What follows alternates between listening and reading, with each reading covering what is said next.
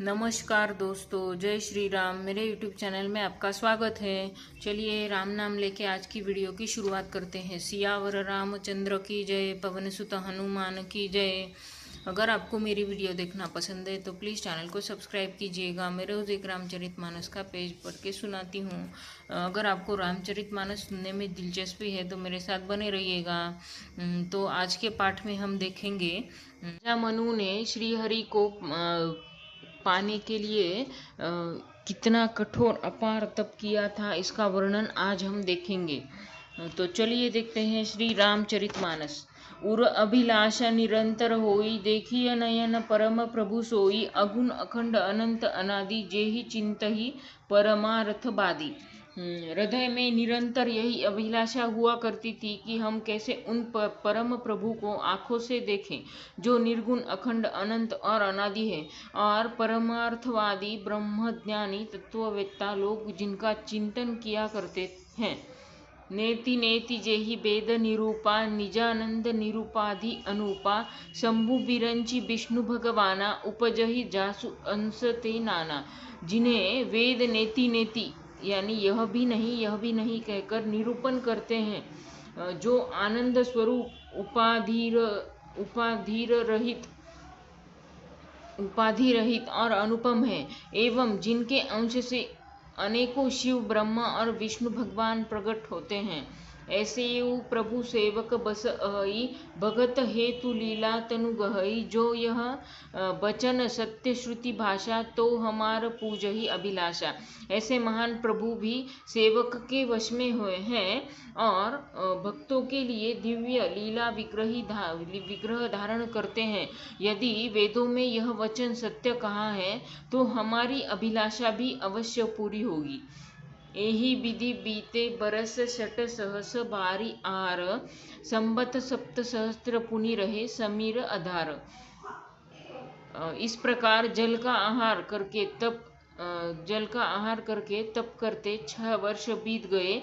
फिर 7 वर्ष तक वे वायु के आधार पर रहे। 7000 वर्ष तक वे वायु के आधार पर रहे। बरस सहस दसन त्यागेऊ, सोऊ ठाड़े रहे एक पद दोऊ। विधि हरि हर तप देखी अपारा, मनु समीप आए बहुबारा। 10,000 वर्ष तक उन्होंने वायु का आधार भी छोड़ दिया, दोनों एक पैर से खड़े रहे। उनका अपार तप देखकर ब्रह्मा विष्णु और शिवजी कई बार मनु जी के पास आए। मागहु बर बहु भांति लोभाए, परम धीर नहीं चलहि चलाए। अस्थि मात्र होई रही शरीरा, तदपि मनाग मनहि नहीं पीरा। उन्होंने उन्हें अनेक प्रकार से ललचाया और कहा कि कुछ वर मांगो, पर ये परम धैर्यवान राजा रानी अपने तप से किसी के डिगाए नहीं डिगे।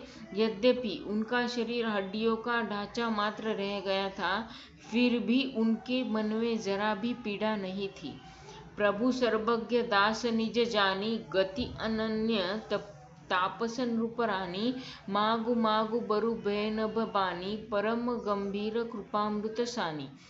सर्वज्ञ प्रभु ने अनन्य गति आश्रय वाले तपस्वी राजा रानी को निजदास जाना।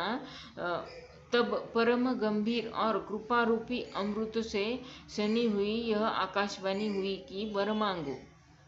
तो आज के लिए इतना ही। आज हमने देखा राजा मनु ने श्री हरि को देखने के लिए और उनकी कृपा दृष्टि पाने के लिए कितना कठोर अपार तप किया था। हृदय में निरंतर अभिलाषा हुआ करती थी उनके, और परम प्रभु को आंखों से देखने के लिए, और निर्गुण अखंड अनंत और अनादि जो परमार्थवादी ब्रह्मज्ञानी तत्ववेत्ता लोग हैं, जो उनकी चिंतन किया करते हैं उनका, जिन्हें वेद नेति नेति कहकर निरूपण करते हैं और आनंद स्वरूप अपाधि अनुपम है, एवं जिनके अंश से शिव ब्रह्मा विष्णु भगवान प्रकट होते हैं, ऐसे महान प्रभु की सेवक के वश में और भक्तों के लिए लीला विग्रही धारण करते हैं।